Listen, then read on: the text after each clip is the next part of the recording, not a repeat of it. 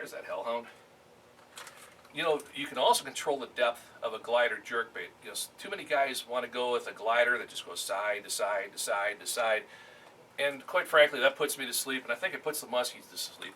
I want to go with a glider, you know, like a reef hog or a hellhound, which gives me a lot of depth control. I can go side to side, but I can also go up or down with a, you know, go down with a downward snap of my rod tip, or up with an upward snap of my rod tip.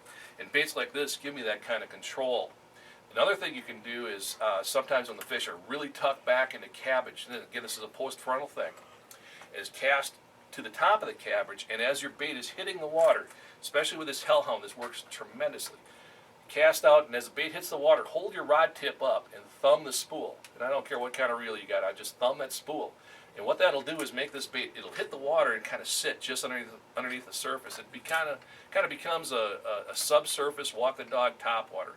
And then I'll twitch my rod upward, and just twitch with a slack line, and that bait will go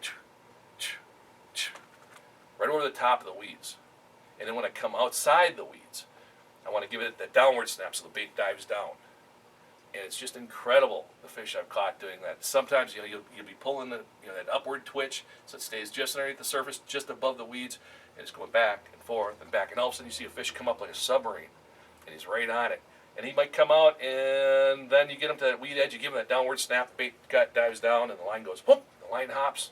Well, it's just like throwing a jig. The line hops, you set the hook, you got the fish. That is one of my top secret techniques for catching fish on a glider.